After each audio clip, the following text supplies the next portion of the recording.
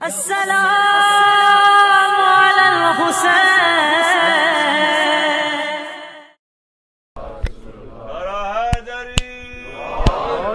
بلندتر صلوات.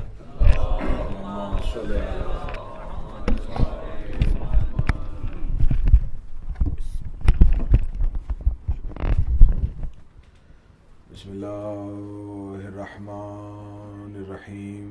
الحمدللہ الذی جعلنا من المتمسکین بولایت امیر المؤمنین. اللہم ایک نعبد و ایک نستعین. الصلاۃ والسلام بتحیۃ والاکرام علی اشرف الانبیاء والمرسلین واولادہ طیبین طاہرین المعصومین. ثم الصلاۃ والسلام علی الصدیقۃ المبارکہ الراضیۃ المرضیہ عالمۃ غیر معلمہ بنت القلم والنون وسر بین الکاف والنون ودلیل ارادت کن فیکون وکتاب المکنون وآیت اللہ العظمی وزوجت آیت اللہ الکبریٰ ام الکتاب ام القرآن ام الانوار ام العائمہ ام المعصومین ام العلوم ام الہدیٰ ام الحسن ام الحسین ام المحسن و ام ابیہا السیدہ فاطمہ زہرا سلام اللہ علیہا. اس کو تھوڑا ٹائٹ کر دیں، لوز ہو رہا ہے. ولعن اللہ تعالی علی اعدائہم اجمعین. اما بعد فقد قال حق سبحانہ تعالی فی کتابہ المجید وفرقانہ الحمید.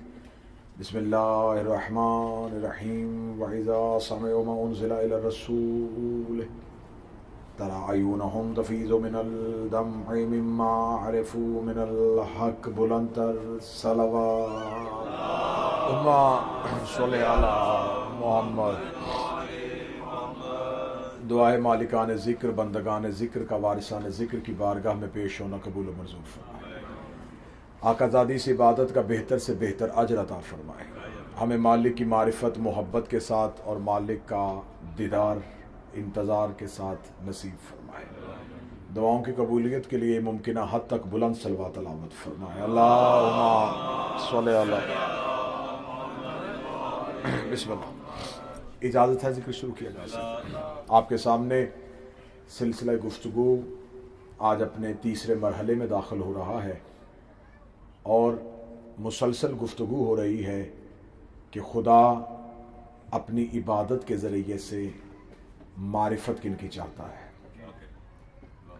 خدا چاہتا ہے کہ لوگ سجدہ مجھے کریں اور پہچانے آل محمد کو. جسے لوگ عبادت سمجھتے ہیں اسے خدا معرفت کا بہانہ بنا رہا ہے،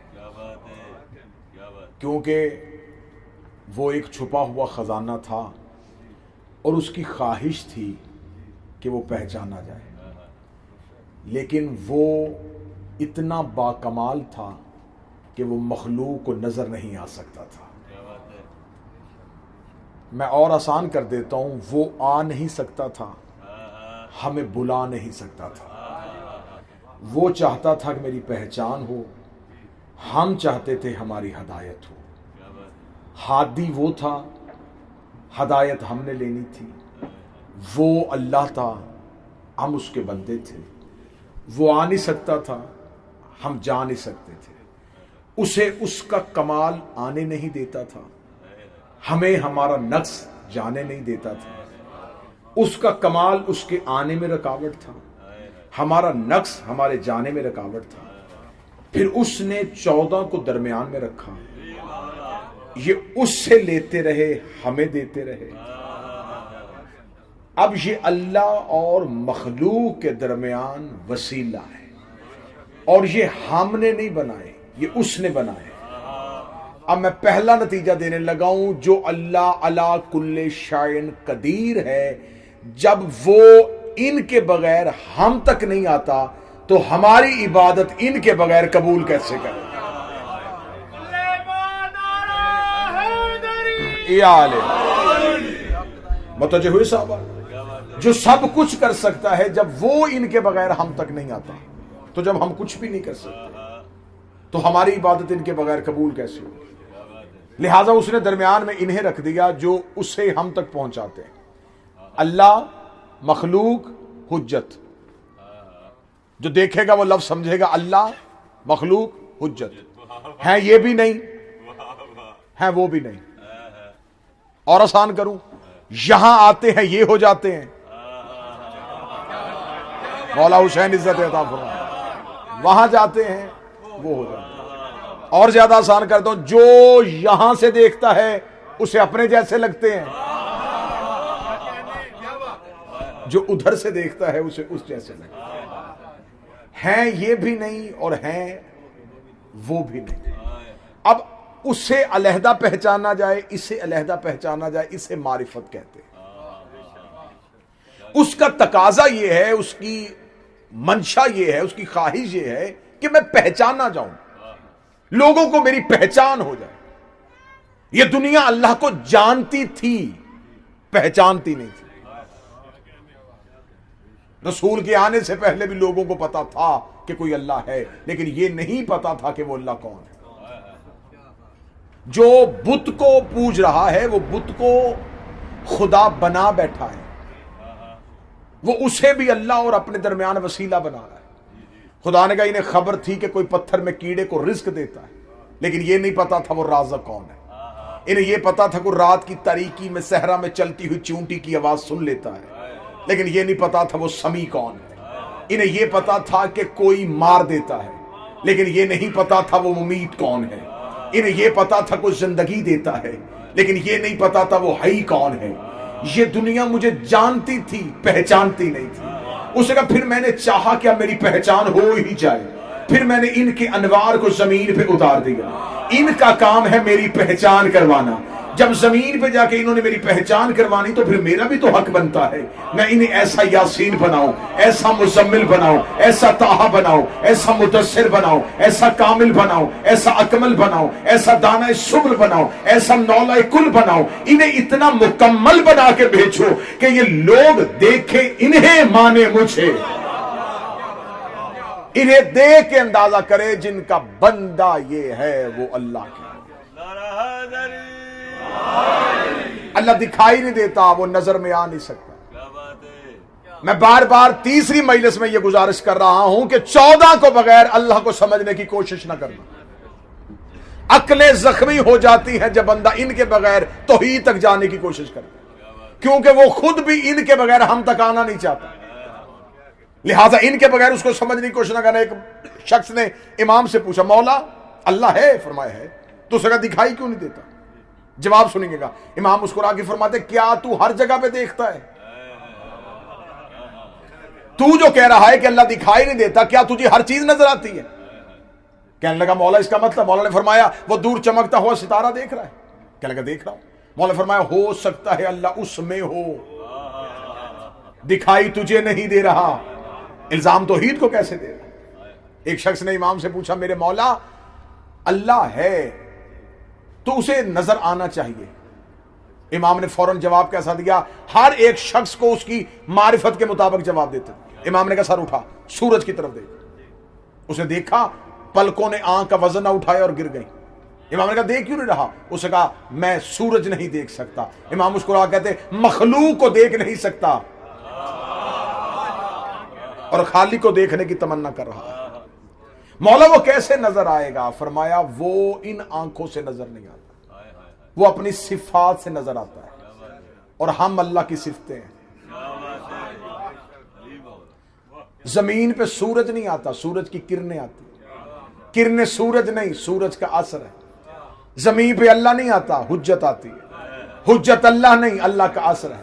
جیسے بغیر کرنوں کے سورج پہچانا نہیں جاتا، بغیر 14 کے اللہ بھی پہچانا نہیں جاتا۔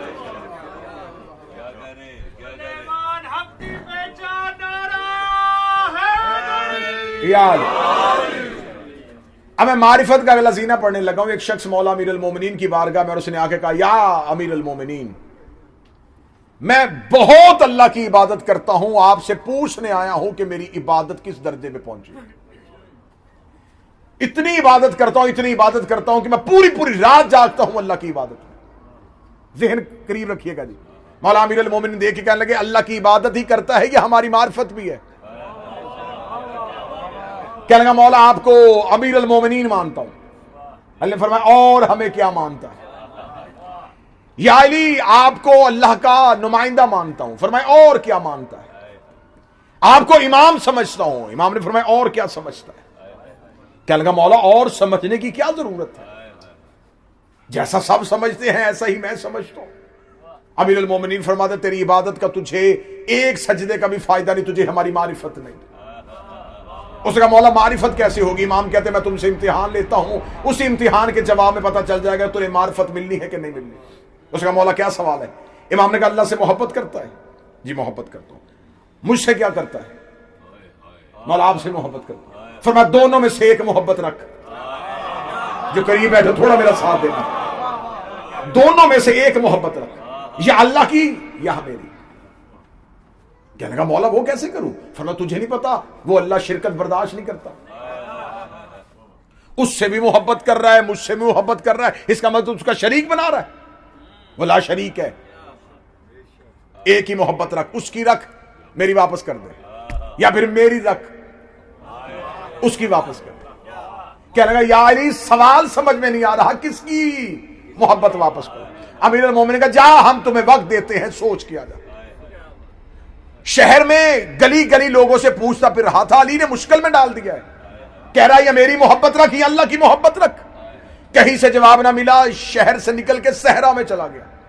سوال کا جواب ڈھونڈ رہا ہے کہ کیسے علی کا سامنا کروں. علی کہہ رہا یا میری محبت رکھ یا اللہ کی محبت رکھ. صحرا میں ایسے ہی بھٹک رہا تھا, یا کسی شخص کو جاتے ہوئے دیکھا, آواز ایک لگا بندہ خدا میری مدد کر سکتا ہے. وہ شخص قریب آیا, کہنے لگا میرے ایک سوال کا حل بتا, میں علی کا نوکر ہوں. علی کہہ رہے یا میری محبت رکھ یا اللہ کی محبت رکھ. اتنا کہنا تھا, اس نے دیکھا اچھا تو وہ تو ہے. جب اس شخص نے کہا اچھا تو وہ تو ہے, کہنے لگا تو نے مجھے پہلے کبھی دیکھا ہے؟ کہنے لگا میں نے تمہیں پہلے کبھی نہیں دیکھا. نام میرا میس میں تمار ہے, کھجوروں کا تاجر ہوں, کھجوریں بیچنے کے لیے مختلف شہروں میں جاتا ہوں. آج امیر المومنین کے دربار کے سامنے سے گزر رہا تھا تو ممبر ابیض پہ میرا شہنشاہ علی بیٹھا تھا. اللہ نے کہا آئے میسم کہاں جا رہا ہے؟ فرمایا مولا کھجوروں کی تجارت کے لیے جا رہا ہوں. فرمایا آج بستی میں نہ جانا, آج صحرا میں چلے جانا, وہاں ایک بے چین روح پھر رہی ہوگی, اسے اپنی کھجوروں میں سے کھجور کھلا دینا تاکہ اسے میری معرفت ہو جائے. یہ کہہ کے میس میں تمام نے کھجوروں میں سے کھجور اٹھائی, اسے کہا منہ کھول, اس کے منہ میں کھجور رکھی. اس نے آنکھیں بند کر کہا جواب مل گیا, جواب مل گیا. دوڑا علی کے قدموں پہ آگے گر گیا. امیر المومنین کے قدموں پہ یا علی جواب مل گیا. علی دیکھ رہے کس کی محبت نکال کے آیا ہے. کہنے لگا کس کی نکالوں؟ دونوں کی ایک ہی تو ہے.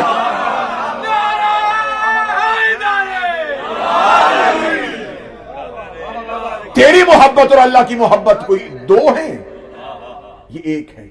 اللہ نے فرمایا پچھلی عبادت گئی, اب شروع کر. ہائے ہائے پچھلی عبادت گئی کیونکہ بغیر معرفت کے تھی.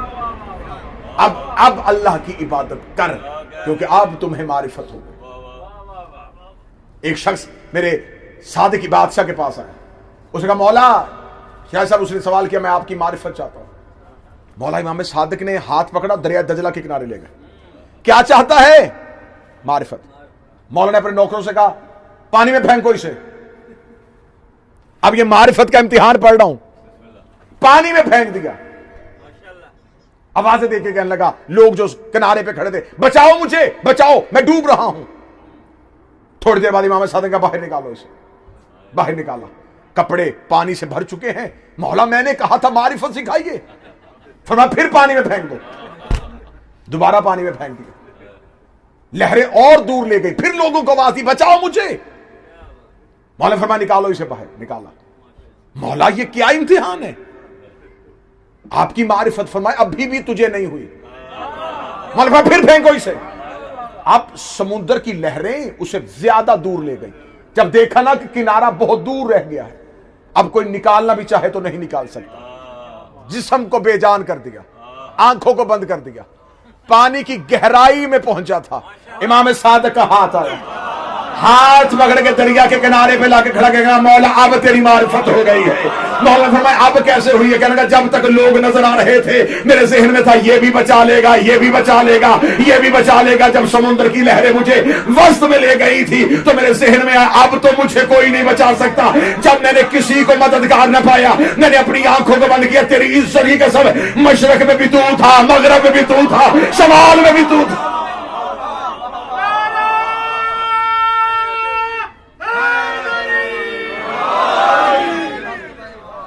مولا مسکرا کے کہنے لگے جب ہم پہ اتنا یقین رکھنا شروع کر دو تو پھر سمجھ لینا تمہیں ہماری معرفت ہو گئی. محبت آل محمد کے لیے شرط نہیں، معرفت شرط ہے. محبت تو دعویٰ دشمن بھی کر سکتا ہے لیکن انہیں معرفت والے لوگ چاہیے.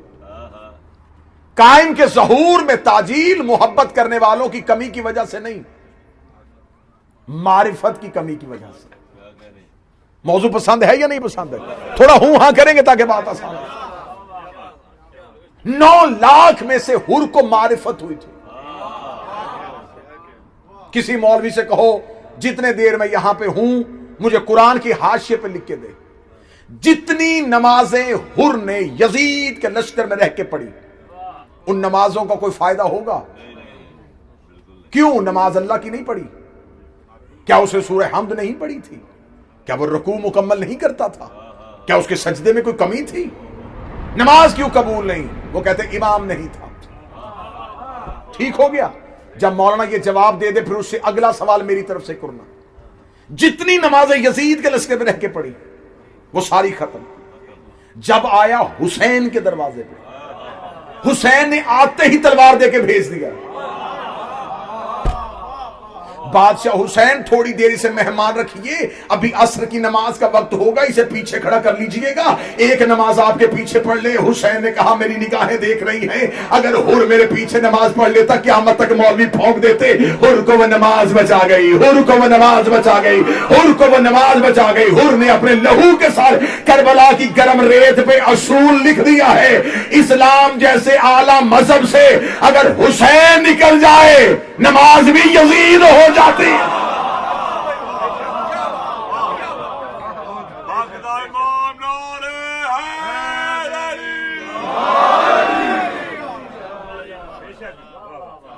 امتحان معرفت کی وجہ سے. بادشاہ حسین عزت عطا فرمائے. آل محمد کی ہر فضیلت کا اقرار ان کی معرفت ہے. میں آج آپ کے سامنے امام کی زبان سے پڑھوں گا کہ معرفت کسے کہتے ہیں. اگر آپ کی مکمل توجہ رہی تو مجلس بہت قیمتی نتائج آپ کو دے کے جائے گا. میرے مولا سرکار امام حسن مجتبی علیہ السلام اللہم صلی علی محمد.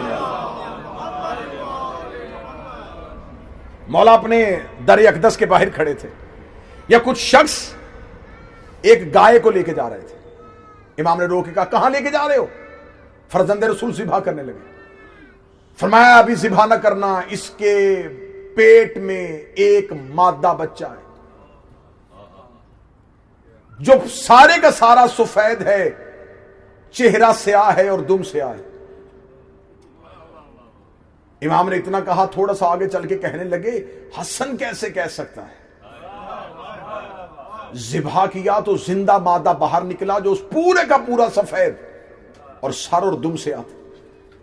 امام کے پاس آ کے کہنے لگے فرزند رسول اللہ قرآن میں کہتا واللہ یعلم من الارحام، اللہ جانتا ہے کہ ماؤں کے پیٹ میں کیا ہے. یہ تو نے کیسے بتایا؟ فرمایا وہ جو جانتا ہے نا وہ جان ہم ہیں. وہ اللہ کا علم ہم ہے، وہ اللہ کا سر ہم ہے، وہ اللہ کا راز.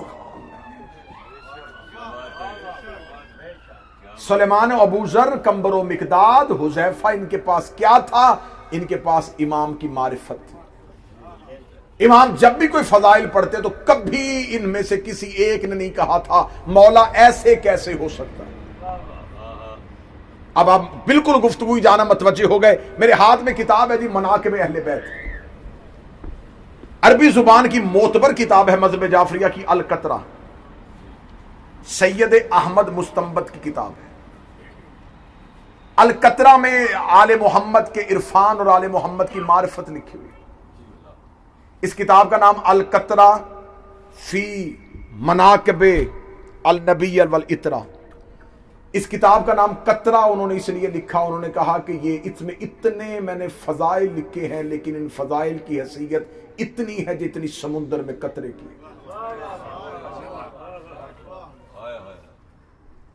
معتبر ترین کتاب ہے مذہب جعفریہ کا. کوئی ایسا شیعہ نہیں ہے جو اس کا انکار کر سکے.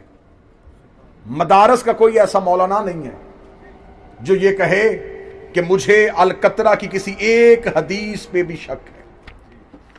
اس میں معصوم نے اللہ کے راز بتائے، اور اس میں انہوں نے پوری حدیث سے معصومین سے لکھی ہیں، اور ہر حدیث کے نیچے اس کے مختلف حوالے بھی لکھے. میں بار بار آج تیسری مجلس میں کہہ رہا ہوں کہ ہم آل محمد کو اللہ نہیں سمجھتے، لیکن اللہ کے تمام اختیارات کے مظہر آل محمد ہیں. معصوم کا فرمان ہے ولایتنا ولایت اللہ، ہماری ولایت اللہ کی ولایت. خدا قرآن میں کہتا ہے انما ولیکم اللہ ورسولہ والذین آمنوا الذین یقیمون الصلاۃ یؤتون الزکاۃ وهم راکعون. اللہ ولی ہے، اس کا رسول ولی ہے، اور وہ ولی ہیں جو حالت رکوع میں زکوٰۃ دیتے ہیں. خدا نے یہاں سب سے پہلے اپنا، پھر رسول کا، پھر کہا وہ ولی ہیں جو حالت رکوع میں زکوٰۃ دیتے ہیں. یہاں ولایت تین نہیں، ولایت ایک ہے، ولی تین ہے. کوئی آج کے بعد کوئی اگر شیعہ خطیب یا ذاکر کہے نا تین ولایتیں، ولایتیں تین نہیں، ولایت ایک ہی. انما ولیکم اللہ ورسولہ، اللہ ولی، رسول ولی. اچھا مجھے یہاں مولوی کی چلاکی سمجھ میں نہیں آئی کہ خدا نے کہا انما ولیکم اللہ ورسولہ، اللہ ولی اور اس کا رسول ولی. رسول 313 ہے. آج تک کبھی جھگڑا نہیں ہوا کہ اس سے مراد فلاں رسول ہے. 313 رسول ہیں، آج تک کبھی جھگڑا نہیں ہوا کہ اس آیت میں رسول سے مراد کون سا رسول ہے. سب نے کہا اس سے مراد ہمارا رسول ہے. اچھا تجھے بغیر نام کے رسول سمجھ میں آ گیا کہ اس آیت میں خدا نے نام نہیں لیا. جب اس آیت کا آخری حصہ پڑھتے ہیں نا تو وہ کہتے ہیں اس میں علی کا نام کہاں ہے؟ اس میں تو علی کا نام ہی نہیں ہے، اس میں تو خدا نے نشانیاں بتائی ہیں، تو نام تو خدا نے رسول کا بھی نہیں لیا. وہاں بھی اس نے رسول ہو کہا ہے نا، رسول تو رسول ایک نہیں ہے، 313 ہے. رسول والی آیت میں تجھے شک نہیں ہوا، علی والی میں تجھے شک ہو گیا. علی پہ شک اس سے ہی ہوتا ہے جس کی ولدیت میں شک ہوتا ہے. اللہ ولی ہے، اس کا رسول ولی ہے، اور وہ ولی ہیں جو حالت رکوع میں زکوٰۃ دیتے. صرف ایک ولی نہیں، وہ ولی ہیں جو حالت رکوع میں زکوٰۃ دیتے ہیں. یہ جس دور میں آیتیں آ رہی تھیں وہ دور کتنا خطرناک دور تھا کہ لوگوں سے علی کے فضیلت کی ایک آیت برداشت نہیں ہو رہی تھی. آپ اس دور کے خطرناک ہونے کا اندازہ اس طرح کر لیں کہ رسول کو 7 جگہ پہ رو کے جبرائیل نے کہا کہ رسول اللہ کہہ رہا پہنچا وہ آیت، وہ علی کی ولایت جو ہم نے تجھ پہ نازل کی ہے. اور رسول بار بار کہتا رہا جبرائیل مجمع بکھر جائے گا. مکے سے شروع ہوا ہوں بندے مسلمان کرتے کرتے، 1.25 لاکھ لے کے آ گیا ہوں حج پہ، ادھر علی کی ولایت بتا دی، یہ سارا مجمع بکھر جائے گا. آخر پہ آ کے اللہ کے لہجے میں سختی آئی. خدا نے کہا میرا محمد مجمع جاتا ہے جائے، تو علی سنا. یہ اللہ کا قانون ہے. اللہ کہتا مجھے رش نہیں چاہیے، مجھے مجمع سے غرض نہیں ہے کہ کتنے لوگ ہیں، تو پہنچا. اور یہ بھی نہیں کہا اپنا، کہا اللہ منوا، علی پہنچا. مکے میں اللہ منوایا، مدینے میں رسول منوایا، غدیر میں علی منوایا نہیں. صرف تو پہنچا، صرف تو پہنچا دے جو ہم نے تجھ پر نازل کیا ہے. اور آگے خدا نے کیا واللہ یعصمک من الناس، اللہ تجھے انسانوں کے شر سے بچائے گا.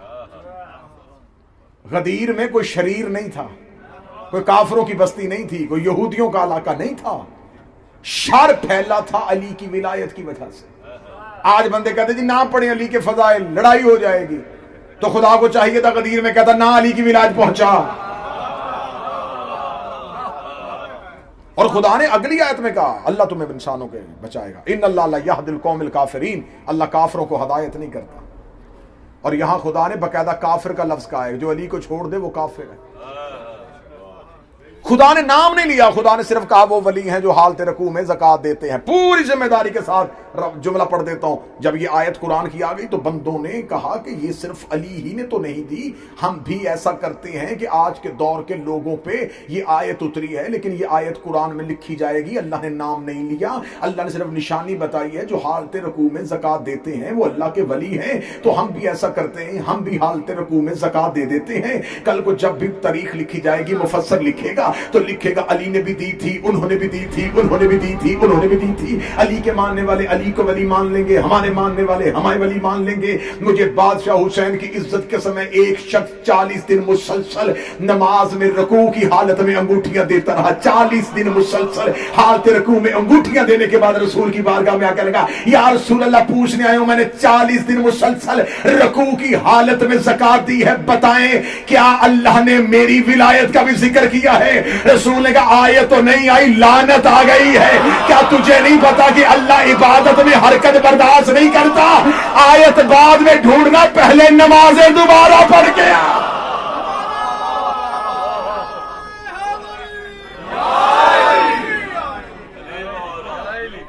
بہت مشہور واقعہ اہل سنت کتابوں میں لکھا ہے، عبداللہ بن ابی کعب، یہ وہ شخص تھا جسے رسول نے حالت نماز میں آواز دی تھی، بڑا سنا ہوا آپ کا واقعہ۔ رسول نے آواز دی، اس نے نماز تیز کی، رسول نے پھر بلایا، اس نے پھر تیز کی، رسول نے پھر بلایا، اس نے پھر تیز کی، تیسری بار رسول کے لبیک یا رسول اللہ، فرمایا پہلی آواز پہ کیوں نہیں آیا؟ یا رسول اللہ نماز پڑھ رہا تھا، فرمایا شرم نہیں آئی تجھے نماز بلا رہی تھی، تجھے بقائے نماز بلا رہی تھی۔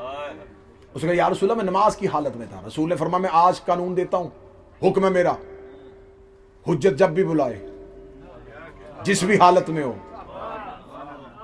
آ جایا کرو۔ اس نے کہا یا رسول اللہ اگر نماز پڑھ رہا تھا تو فرمایا توڑ دیتا۔ کہتا نماز اللہ کی ہے۔ فرمایا بتایا کس نے؟ دیکھا تھا اللہ؟ نہیں یا رسول اللہ۔ سنا تھا اللہ؟ جی۔ کس سے؟ آپ سے۔ فرمایا جس نے اللہ سنایا تھا وہی بلا رہا تھا۔ اب بڑی میں اشارے سے چلوں گا، کنایا استعمال کروں گا اور میرے کنائے کو، اشارے کو سمجھنا۔ اس نے کہا یا رسول اللہ میرے ذہن میں حالت نماز میں آیا تھا کہ نماز توڑ دوں، پھر میرے ذہن میں ایک بات آئی، ایک دلیل آئی کہ میں نماز پڑھ رہا ہوں اللہ کی، بلا رہا ہے رسول، اللہ بڑا ہے رسول چھوٹا ہے، چھوٹے کی آواز پہ بڑے کی عدالت سے نہیں جاتے۔ یہ بادشاہ کی ذری سامنے، اب رسول کا جواب سننا۔ رسول نے کہا یہ تیرے ذہن کی دلیل نہیں، تیرے اندر سے ابلیس کی آواز تھی، تیرے اندر سے ابلیس کی آواز تھی۔ رسول اتنا کہہ کے چپ ہو گئے۔ صدقے جاؤں یا رسول اللہ تو نے ہماری مشکلیں آسان کر دی، تو نے بتا دیا کہ اگر کوئی حجت کو نماز میں روکے تو بندے کی دلیل نہیں ہوتی، ابلیس کی آواز ہوتی۔ فرمایا تو چھوڑ کے آ جاتا؟ کہنے لگا یا رسول اللہ پھر آئندہ، فرمایا آئندہ بلاؤں گا تو آئے گا، لیکن جب بھی نبی بلائے تو جس بھی حالت میں ہو ویسے ہی آ جاتے ہیں۔ مسجد سے باہر نکلا، کونے میں چند صحابہ بیٹھے تھے، آپس میں شریعت کی باتیں کر رہے تھے۔ یہ قریب گیا، قریب جا کے لگا حد ہو گئی ہے، کل تک کہتا تھا نمازیں پڑھا کرو، کل تک کہتا تھا اللہ کو سجدے کیا کرو، آج کہہ رہا جب نماز پڑھ رہے اور میں بلاؤں تو نماز توڑ دیا کرو۔ یہ پہلے پڑھواتا رہا ہے اب توڑوا رہا ہے، اتنا کہنا تھا، یہ لوگوں کو گمراہ کر رہا تھا۔ یہ قریب سے سلمان گزرا، سلمان محمدی دیکھ کے کہتا نماز تجھے نہیں پڑھنی آتی، اعتراض میرے نبی پہ کر رہا ہے، کل میرے پہلو پہ کھڑا ہونا، میں تجھے بتاؤں گا نماز پڑھنے کا طریقہ کیا ہے۔ اگلے دن یہ سلمان محمدی کے پہلو میں کھڑا ہوا، سلمان نے تکبیرۃ الاحرام کیا کہ نماز کو شروع کیا۔ سلمان نے کہا اللہ اکبر، بسم اللہ الرحمن الرحیم، الحمدللہ رب العالمین الرحمن الرحیم مالک یوم الدین ایاک نعبد ایاک نعبد پہ سلمان گیا تھا۔ یہ نبی کی آواز سلمان کے کانوں پہ پڑی، سلمان نے مصلی کو چھوڑا، نبی کے پاس آیا، لبیک یا رسول اللہ، سلمان پیاس لگی ہے مجھے پانی پلا۔ سلمان مشکیزے کے قریب گیا، پانی کا پیالہ بھرا، نبی کے قدموں پہ پاس کیا, حسنین کے نانا کو پانی دیا. رسول نے کہا سلمان واپس چلے جا. سلمان نے ہاتھ باندھے مصلی پہ آیا, کھڑا ہو گیا, ایاک نستعین اہدنا الصراط المستقیم صراط الذین انعمت علیہم. سلمان کی نماز ختم ہوئی. ابھی کعب دیکھ کے کہنے لگا سلمان کی رت میں غلطی ہو گئی, نماز دوبارہ پڑھ. کہنے لگا کیا ہوا؟ کہنے لگا تو ایاک نعبد سے نماز توڑ کے گیا تھا, واپس آیا تو نے نہ تکبیرۃ الاحرام کہی, نہ اللہ اکبر کہا, نہ الحمد شروع سے پڑھی, تو نے وہیں سے نماز شروع کر دی. شکایت لے کے رسول کی بارگاہ میں, یا رسول اللہ سلمان کو کہ اپنی نماز دوبارہ پڑھ. فرمایا کیوں؟ کہنے لگا توڑ کے آیا تھا. فرمایا توڑی نہیں, عبادت ہی میں آیا تھا.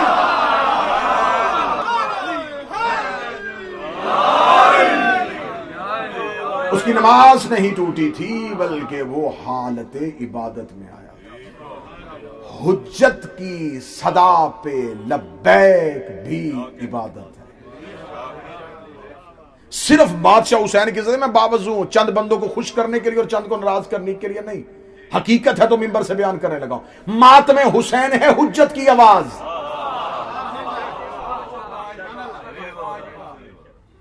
جو بندہ زیادہ چاہتا ہے نا کہ ہم عزاداری کا تقابل نماز کے ساتھ کریں گے, نماز کو نماز رہنے دے, عزاداری کو عزاداری رہنے دے. نماز شخص کو فائدہ دیتی ہے, عزاداری نسلوں کو فائدہ دیتی ہے. عزاداری کا موازنہ نماز سے نہ کر. عبادت ہے لیکن تقابل عزاداری سے نہیں. لکڑی کی تلوار لوہے کی تلوار سے نہیں ٹکرائی جاتی. تصور عبادت اور ہے, تصور عزا اور ہے. لیکن اگر فقہ کی زیادہ سوجھ بوجھ کی شوق ہے تو جاؤ جا کے فقہ کے عالموں سے پوچھ لو. فقہ کا مسئلہ ہے. فقہ جعفریہ کے قوانین میں سے قانون ہے کہ بہت سی ایسی جگہیں ہیں, موقع ہیں جہاں نماز تاخیر سے پڑھنا زیادہ اجر رکھتا ہے. میں فقہ کا قانون پڑھ رہا ہوں. آل محمد کی فقہ کا ڈھنڈورا پیٹنا آسان ہے, فقہ پہ عمل کرنا مشکل. معصوم فرماتے ہیں کہ بہت سی ایسے موقع ہوتے ہیں جہاں نماز دیر سے پڑھنا زیادہ اجر ہے. پہلی حالت مولا نے فرمایا اگر تم سفر میں ہو اور وقت نماز ہے اور تمہیں یقین ہے کہ نماز کے وقت کے پورے ہونے تک میں سفر مکمل کر لوں گا, نماز کے لیے نہ رک, سفر جاری رکھ. اب راز پڑھوں. معصوم فرماتے ہیں اس لیے کہ اگر تو رک کے نماز پڑھے گا تو قصر کرے گا, اگر تو سفر جاری رکھے گا تو ہو سکتا تجھے پوری مل جائے. تو لہذا سفر کو جاری رکھ, ہو سکتا ہے کہ تجھے نماز مکمل پڑھنی پڑے تو نماز کو بغیر کسی مقصد کے توڑنا, اسے قصر نہ کر. ٹھیک ہو. فقہ کا دوسرا اصول, ماں شیر خار بچے کو دودھ پلا رہی اور نماز کا وقت ہو جائے, فقہ کہتی ہے کہ پہلے دودھ پلا, نماز تاخیر سے کر, میں زیادہ اجر دوں. اب میں دیکھوں گا مجمع میں کتنے بندے جاگ رہے ہیں جو اللہ نماز کا مقابلہ ہمارے بچے سے نہیں ہونے دے رہا.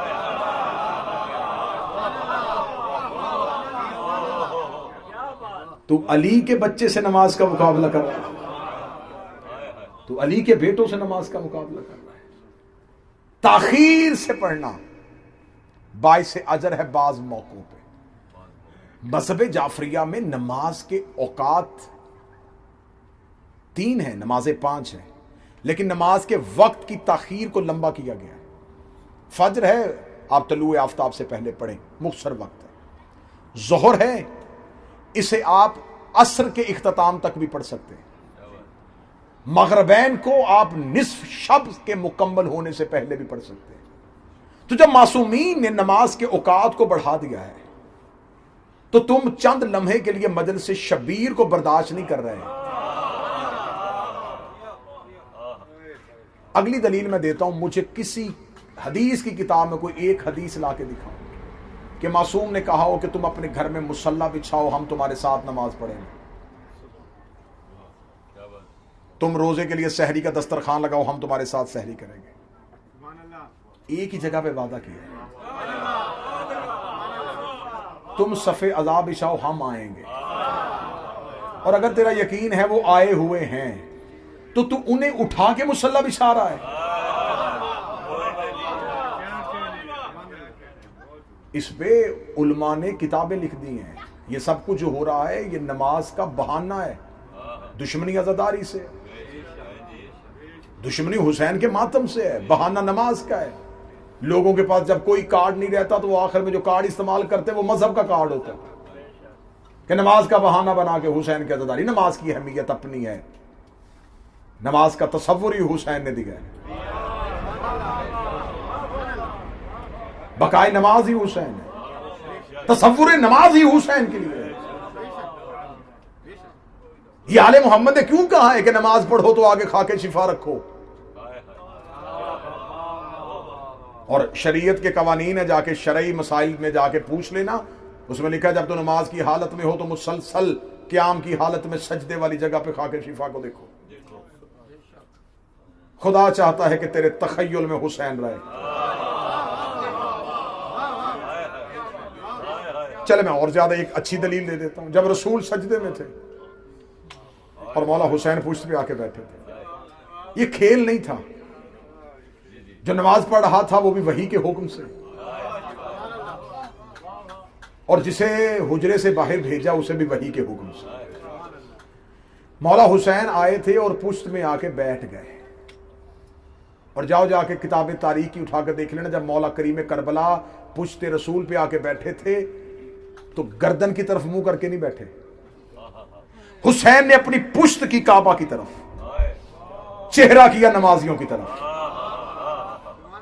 شاید میں نہیں ایکسپلین کر سکا. رسول سجدے میں تھے, رسول کا چہرہ ادھر تھا سجدے میں. حسین نے ادھر نہیں کیا, حسین نے ادھر کیا.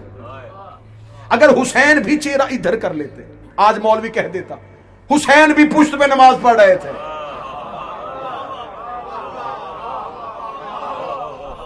حسین نے چہرہ کیا نمازیوں کی طرف. رسول نے سجدے کو طول دے دیا. وہی صحابہ پہ نہیں ہو رہی تھی, وہی رسول پہ ہو رہی تھی. اللہ نے رسول کو روکا تھا, صحابہ کو تو نہیں خبر تھی کہ وہی آئی ہے. انہوں نے تو جو واجب تسبیح کہنی تھی کہہ دی, کہہ کے سر اٹھایا. سامنے حسین سجدہ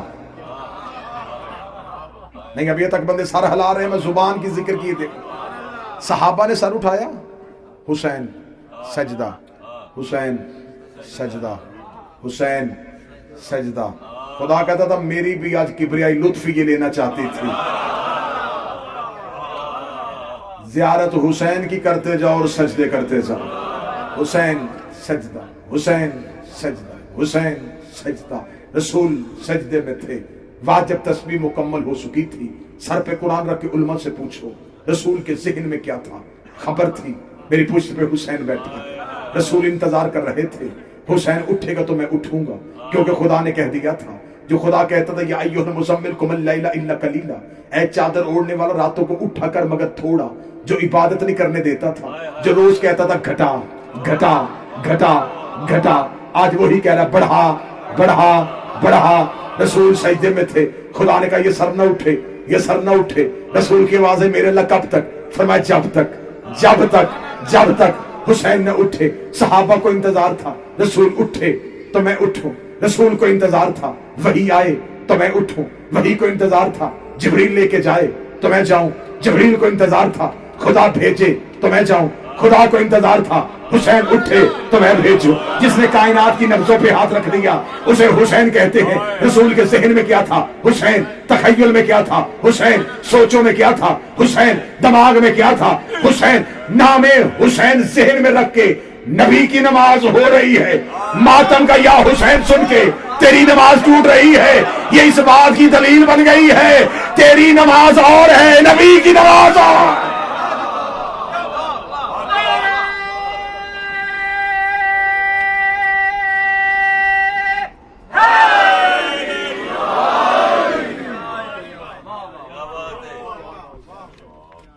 لہذا آل محمد کی معرفت اصل میں خدا کی بات. میں یہ حدیث ہر شیعہ کو ازبر کروانا چاہتا ہوں کہ ہر شیعہ اس حدیث کو یاد رکھ لے, کیونکہ اب دور یہ آ گیا ہے کہ دجالی فتنوں کا دور ہے, سوشل میڈیا کا دور ہے.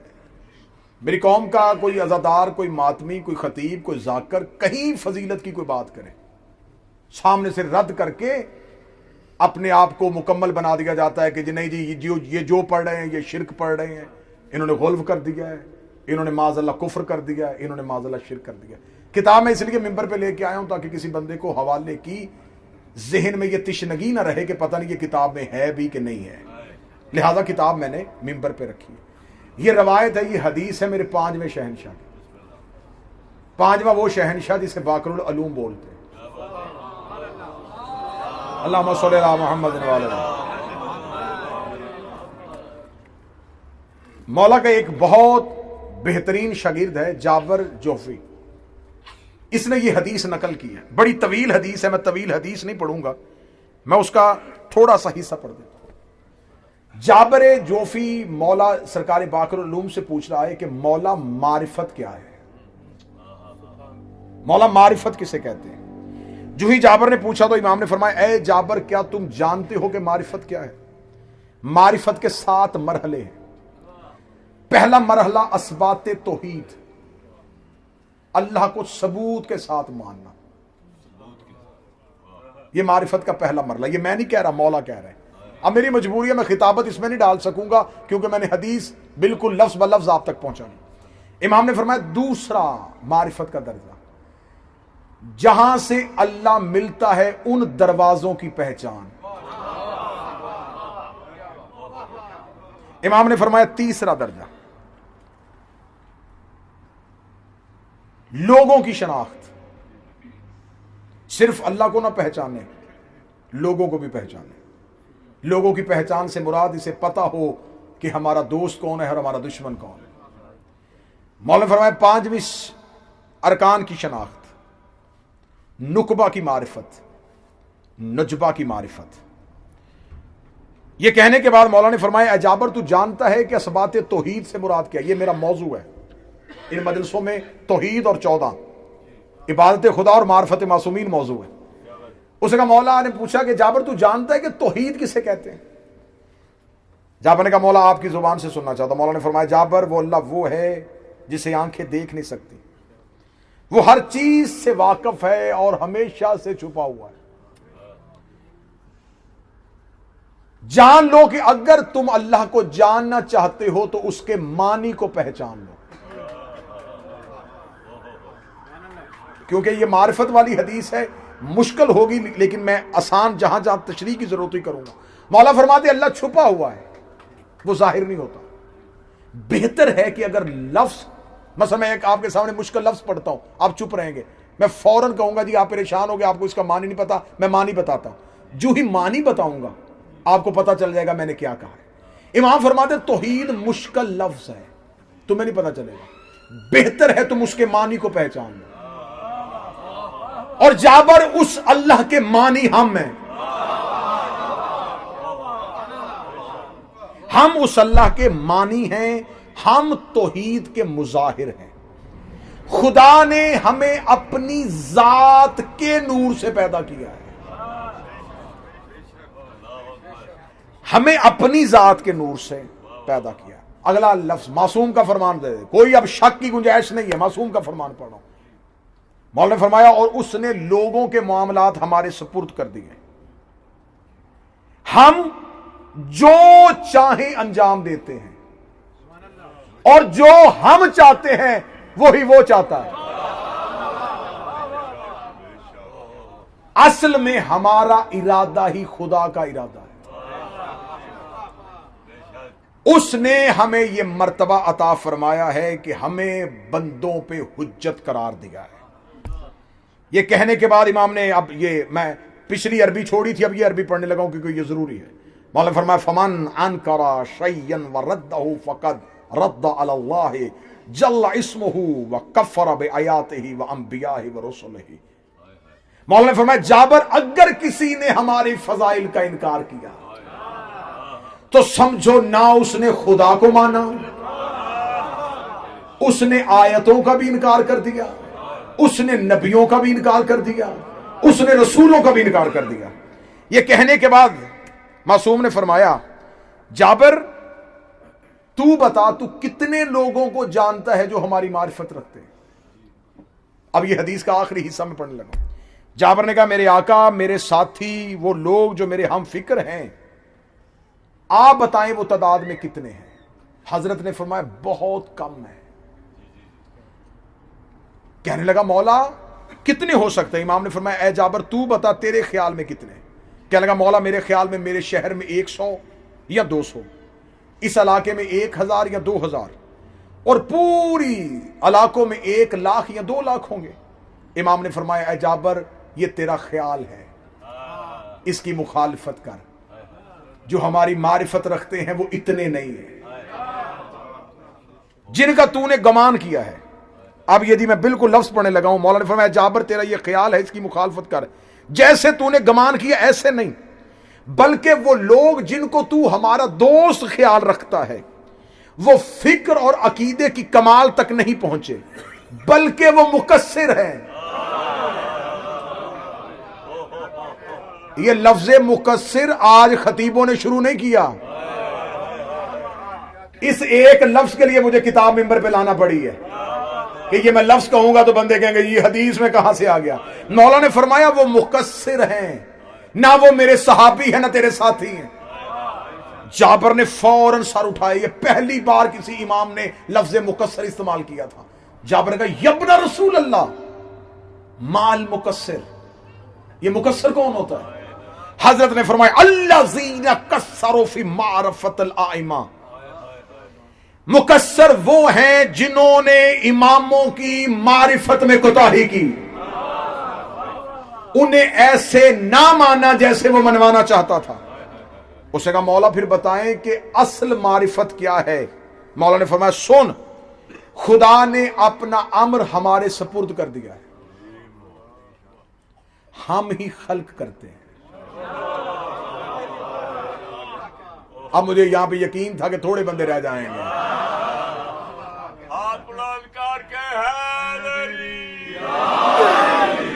ہم جانتے ہیں جو تمہاری نیتوں میں ہے، ہم جانتے ہیں جو تمہاری فکروں میں ہے، ہم جانتے ہیں جو ہو چکا ہے، ہم جانتے ہیں جو قیامت تک ہونے والا ہے، سب جانتے ہیں کیونکہ یہ سب کچھ امر ہے اور ہم اولل الامر ہیں۔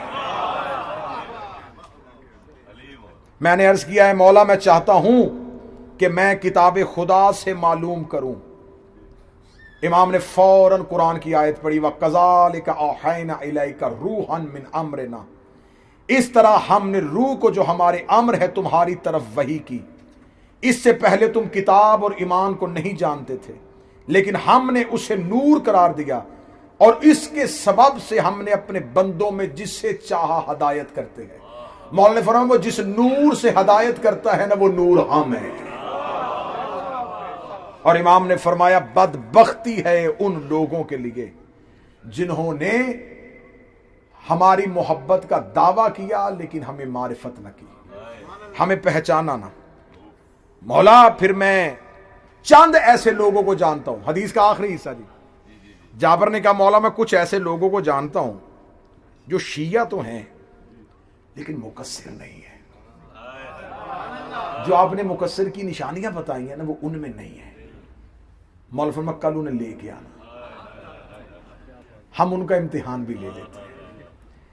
جابر کہتا میں دوسرے دن مولا کی خدمت میں گیا، تو جب میں خدمت میں گیا تو میں چند لوگوں کو ساتھ لے کے گیا۔ حضرت نے عزت کی، حضرت نے بٹھایا، بٹھانے کے بعد فرمایا اے جابر یہ تیرے وہ بھائی ہیں جن کی تو بات کر رہا تھا؟ جی جی مولا یہ ہیں۔ فرمایا ان کے کامل ہونے میں بھی کچھ وقت باقی ہے۔ ہم کہاں بیٹھے ہوئے ہیں، یہ مولا کے دور میں لوگ ہیں، اور مولا کا صحابی ان لوگوں کو مولا کا معرفت رکھنے والا سمجھ رہا ہے۔ مولا کا لے کیا، جب مولا کے سامنے مولا فرمایا نہیں محبت بھی کرتے ہیں، معرفت بھی ہے، لیکن ابھی کامل ہونے میں تھوڑی دیر ہے۔ یہ کہنے کے بعد ان کی طرف منہ کیا اور مولا نے فرمایا کیا تم اعتراف کرتے ہو کہ خدا جو چاہے وہ کر سکتا ہے؟ اب کن کا امتحان ہونے لگا؟ جن کو جابر چن کے لے کے آیا ہے کہ یہ مقصر نہیں ہے۔ اب یہ مولا کے سامنے بیٹھے ہوئے ہیں، اب مولا جابر کے سامنے ان کا امتحان لینے لگے۔ مولا نے فرمایا اچھا کیا تم اعتراف کرتے ہو کہ خدا جو چاہے انجام دے سکتا ہے، جو چاہے حکم کر سکتا ہے، اور کوئی بھی اس کے علاوہ قدرت نہیں رکھتا کہ اس کے حکم کو توڑ دے؟ اور جو کچھ بھی وہ کرتا ہے اس کے بارے میں کوئی اس سے سوال بھی نہیں کر سکتا؟ انہوں نے کہا جی مولا بالکل ایسے ہی ہے جیسے آپ نے فرمایا، خدا جو چاہتا ہے انجام دیتا ہے، جس کا ارادہ کرتا ہے حکم کر دیتا ہے۔ جابر کہتا ہے جب انہوں نے یہ جواب دیا تو میں نے کہا الحمدللہ یہ سب لوگ آگاہ ہیں، ان کی معرفت تو کامل ہے۔ امام نے فرمایا اے جابر خاموش، جو تو سوچ رہا ہے ان کا انہیں علم بھی نہیں، اتنی جلدی ان کے بارے میں فیصلہ مت کر۔ جابر کہتا میں حیران اور پریشان ہو گیا، میں نے کہا اے مولا میں نے تو سمجھا تھا کہ ان کا جواب ٹھیک ہے۔ اب مولا نے ان سے ایک ہی امتحان لیا۔ مولا نے فرمایا تم جانتے ہو کہ علی ابن الحسین کون تھا؟ کہنے لگے مولا آپ کے بابا، کیونکہ یہ مولا باقر پوچھ رہے ہیں۔ مولا نے فرمایا تم جانتے ہو کہ محمد باقر کون تھا؟ کہنے لگے جی مولا آپ۔ مولا نے فرمایا اب تمہارا عقیدہ کیا ہے، اس وقت علی ابن الحسین کہاں ہے؟ کہنے لگا مولا وہ دنیا سے جا چکے ہیں۔ مولا نے فرمایا اس وقت تمہاری حجت کون ہے؟ کہنے لگا مولا آپ ہے۔ مولا نے فرمایا اس لیے کہہ رہا تھا ابھی کامل ہونے میں کوئی وقت ہے۔ جابر کہتا میں نے اٹھ کے کہا مولا جواب غلط کہاں ہے؟ بابا چلے گئے، منبر پہ آپ ہیں، اتنا کہنا تھا امام نے اب سر اٹھا۔ جابر کہتا ہم نے سر اٹھایا، ہمیں کبھی محمد نظر آ رہا تھا، کبھی علی نظر آ رہا تھا۔ میں نے کہا مولا یہ کیا ہے؟ فرمایا ہمیں علیحدہ علیحدہ معنی معرفت نہیں، ہمیں ایک معنی معرفت۔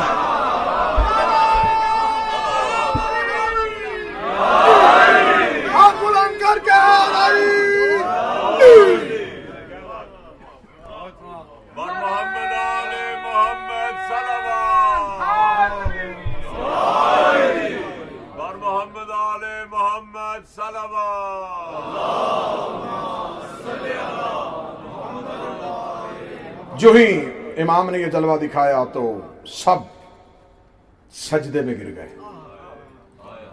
امام نے آگے جو حدیث آگے کہ امام نے کہا خدا کی قدرت پہ تعجب نہ کرو، میں ہی محمد ہوں، میں ہی علی ہوں، میں ہی حسن ہوں، میں ہی حسین ہوں۔ ہم ہر دور میں شکلیں بدلتے ہیں تمہاری معرفت کے مطابق، کہ ہر دور میں مختلف ناموں سے آتے ہیں۔ خدا نے قرآن میں کہا ہے کہ سورہ حمد جو ہے نا، سورہ حمد کو سبع مثانی کہا ہے۔ سبع مثانی قرآن میں واحد سورت سورہ حمد ہے جو 2 مرتبہ آئی ہے، مکے میں بھی مدینے میں بھی۔ اس میں 7 آیتیں ہیں جنہیں خدا نے قرآن میں سبع مثانی کہا ہے، اور قرآن ہی میں خدا نے ایک آیت بھیجی ہے کہ ہم نے سبع مثانی کو بھیجا قرآن کے ساتھ، ہم نے سبع مثانی عطا کی قرآن کے ساتھ۔ یہ راز ہیں، اور میں کوشش کر رہا ہوں ان مجلسوں میں، کیونکہ ماتمیوں کا چنا ہوا بڑا کریم سا یہ مجمع آتا ہے، تو آپ کے سامنے خطابت کے جوہر نہ دکھا سکوں، معرفت آپ کے سامنے پڑھ سکوں۔ سبع مثانی کہا جاتا ہے سورہ حمد کو۔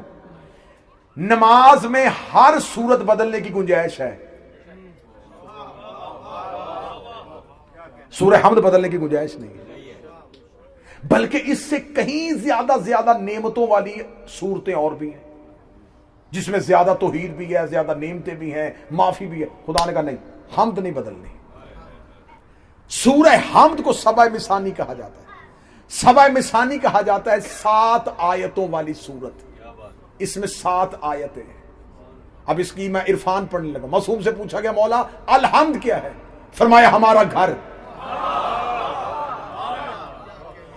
ہمارا گھر الحمد ہے۔ کہنے لگا مولا آپ کا گھر الحمد؟ مولا فرمایا تو بتا حمد میں کتنی آیتیں ہیں؟ اس نے کہا مولا 7۔ فرمایا ہم کتنے ہیں؟ اس نے کہا مولا 14۔ اب جو 14 معصومین ہیں نا، ان 14 کے جو اسماء مقدسہ ہیں، اگر آپ ان کو میرے ساتھ کاؤنٹ کر لیں تو میرا خیال ہے کہ آپ تک نتیجہ جلدی پہنچ جائے گا۔ پہلے سرکار ختمی المرتبت 1، آپ ساتھ ساتھ کاؤنٹ کرتے جائیں گے۔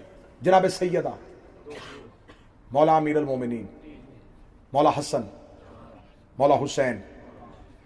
اب اس کے بعد آئے پھر علی، یہ پہلے آ چکے، محمد آ چکے، اس کے بعد آئے جعفر 6، موسیٰ 7، پھر علی، پھر محمد، پھر علی، پھر حسن، پھر آخر میں وہی جو پہلے تھے، کل 7۔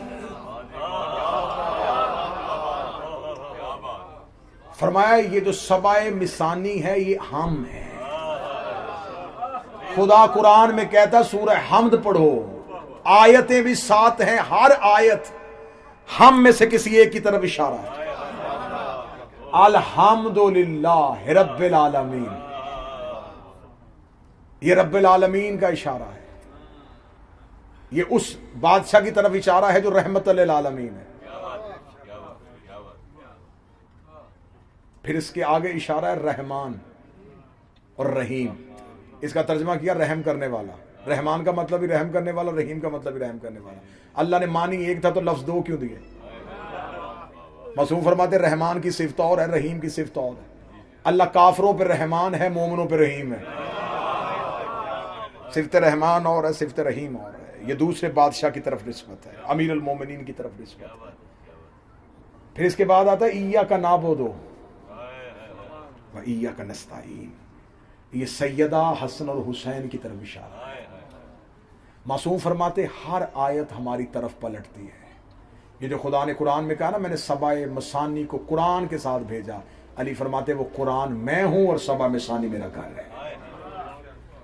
انشاءاللہ اگلی مجلسوں میں اس کے آگے معرفت کو لے کے چلیں گے کہ حقیقت نماز کیا ہے، یہ جو نمازوں کے نام ہیں یہ کیا ہے، یہ جو دنوں کے نام ہیں یہ کیا ہے.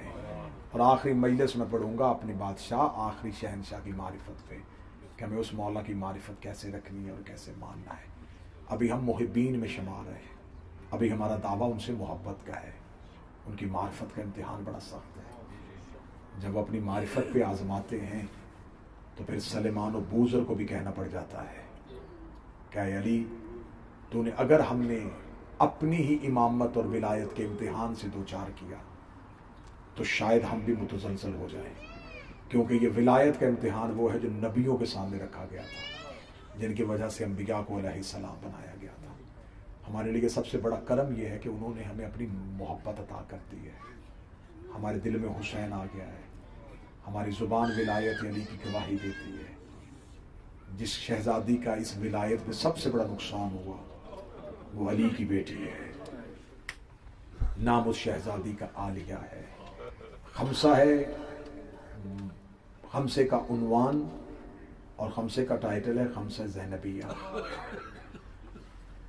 کل کی مجلس کیونکہ شہادت کی نسبت ہو گئی تھی تو 8ویں شہنشاہ کی نسبت کے ساتھ ہو گئی، ورنہ میں نے پہلے دن سے مصیبتوں کا آغاز اسی مصیبت کے قرآن کی پہلی آیت سے کیا تھا جس کا نام زینب ہے.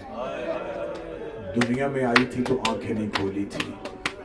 جسے پہلی مجلس یاد ہے تو پہلی مجلس میں نے سیدہ کا دنیا میں آنے کا مصائب پڑھا تھا. سادات و غیر سادات اس دربار میں پہنچ گئی جہاں پہنچنے کے لائق نہیں تھی. زائرین کربلا گئے ہوئے ہیں، زائرین شام گئے ہوئے ہیں. میرا مولا میں مصائب کی ابتدا میں دعا کر رہا ہوں تم میں سے ہر کسی کو کربلا لے کے جائے. کوئی ایسا شیعہ یہاں نہ بیٹھا ہو جو اپنی زندگی کی آخری سانس تک میرے مالک کے حرم کی زیارت نہ کر سکے. میرا مولا ہر کسی کو کربلا بلائے، ہر کسی کو شام بلائے. سیدہ کے حرم کی حاضری آپ کو نصیب ہو. سادات و غیر سادات اس دربار میں آئی جس دربار میں آنے کے لائق نہیں تھی. شرازی بھائی کیونکہ میرے سامنے ماتمی عزادار بیٹھے ہیں تو میں ڈر ڈر کے مصائب پڑھوں گا. کل بھی مجلس ختم ہوئی ہے تو میرے سامنے بیٹھے بزرگ نے، بارش ہے میرے لیے قابل احترام ہے، انہوں نے حکم دیا تھا کہ مصائب کم سخت پڑھیں.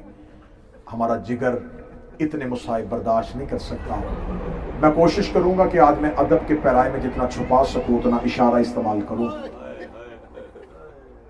تخت کی 17 سیڑھیاں اور آخری سیڑھی پہ بیٹھا تھا ہندا کا ملعون بیٹا. دیوار کے ساتھ کھڑی تھی قرآن کی آیتیں. اب اگر سخت نہیں سننا تو پھر اشارے پہ ہائے ضرور کہنا. جو رسی یاسین کے گلے میں تھی وہی کوثر کے گلے میں تھی. جس نے ہائے کہا بی بی قبول کرے. صفدر بھائی یہ ہائے کہہ کے رونا سیدہ قبول کرے، بی بی زبان میں تفصیل عطا فرمائے. جو یاسین کے گلے میں تھی وہی کوثر کے گلے میں تھی. یاسین اپنی کمر سیدھی کرتی، کوثر کے تلوے زمین سے اٹھ جاتے. رو کے کہتی اماں کمر جھکا، میرے گلے کی رسی تنگ ہو گئی. دربار میں کھڑی تھی بغیر غلاف کے قرآن کی آیتیں. اگلے جملے پڑھنے سے پہلے اگر میرے بس میں ہوتا ماتمیوں مجھے شبیر کی قسم ہے سانسیں ختم کر لیتا. اگلا جملہ نہ مجھے پڑھنا پڑتا نہ میری قوم کو سننا پڑتا. اس ملعون نے شراب کا جام تخت میں رکھے گا ان میں سے علی کی بیٹی کون ہے. یہ جملہ میں نے ممبر سے پڑھ دیا تو نے بغیر ماتم کے سن لیا. جب بھرے دربار میں اس نے علی کی بیٹی کا نام لیا عباس کا سر کئی بار دیوار سے لگا. رو کی آواز آئی دے دیتی اجازت میں نے تیرا نام کبھی بغیر احترام کے نہ لیا. اور جس کا نام وضو سے لینے کی اجازت تھی اس کا نام دربار میں پکارا گیا. صدا سے معافی.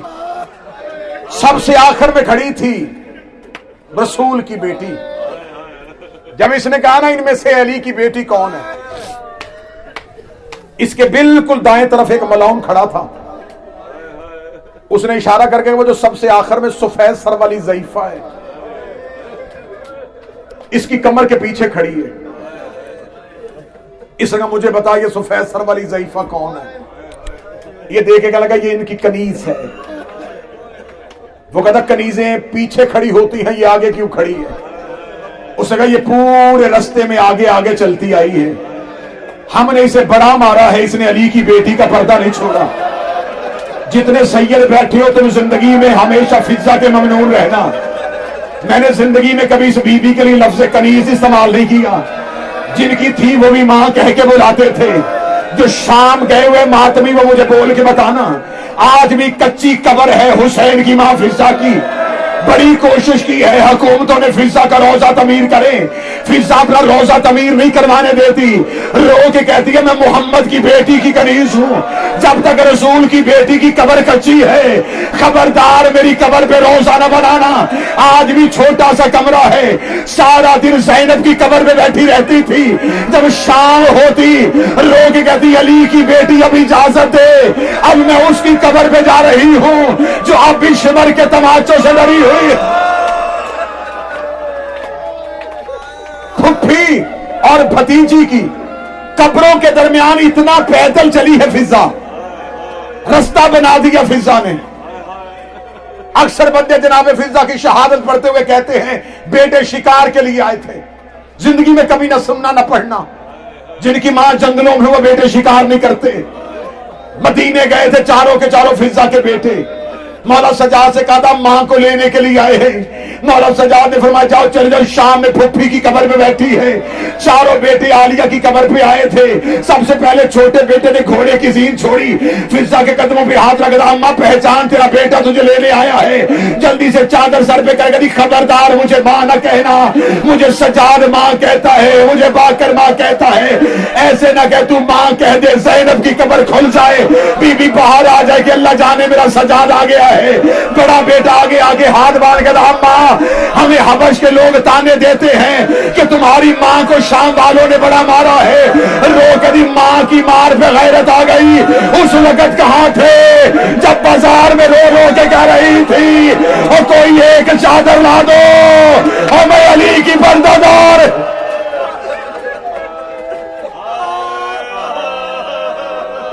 جاؤ جا کے علماء سے تحقیق کروانا کیوں نہیں اٹھا تھا فضا کا جنازہ. چاروں بیٹے ہاتھ باندھ کے کھڑے تھے. آخر بیٹوں نے ہاتھ باندھ کے عالیہ کی قبر کی طرف اشارہ. اے علی کی مشکل کشا بیٹی ہمیں عزت دے ہم اپنی ماں کو لے جائیں. اتنا کہنا تھا سیدہ کی قبر ہل گئی. سیدہ کی قبر کا ہلنا تھا. فضا دے کے کہتی بی بی میں نے نوکری کی ہے تیری ماں فاطمہ کی. بی بی تیری قبر سے زندہ نہیں اٹھنا چاہتی. آنکھیں بند ہو گئی. قالوا انا للہ و انا الیہ راجعون. عالیہ کی قبر میں فضا کی آنکھوں کے بعد ہونا تھا. بیٹوں نے کہا عالیہ ہمیں اجازت دے ہم ماں کا جنازہ حبش وطن میں لے جائیں. بی بی زینب کی آواز آئی چلی جا ماں فضا خوش قسمت ہے تجھے بیٹے لینے کے لیے آ گئے. وطن میں تیری قبر بن جائے گی. وطن میں تیرا روزہ بن جائے گا. اتنا کہنا تھا. بیٹوں نے فضا کا جنازہ اٹھایا. قبرستان مسافرہ سے گزرا. ایک چھوٹی سی قبر سے 2 رسیوں والے ہاتھ آئے. آواز آئی اماں مجھے اکیلا نہ چھوڑ کے جا. اماں مجھے آج بھی شہر سے ڈر لگتا ہے. فضا کی آواز آئی اتارو جنازہ.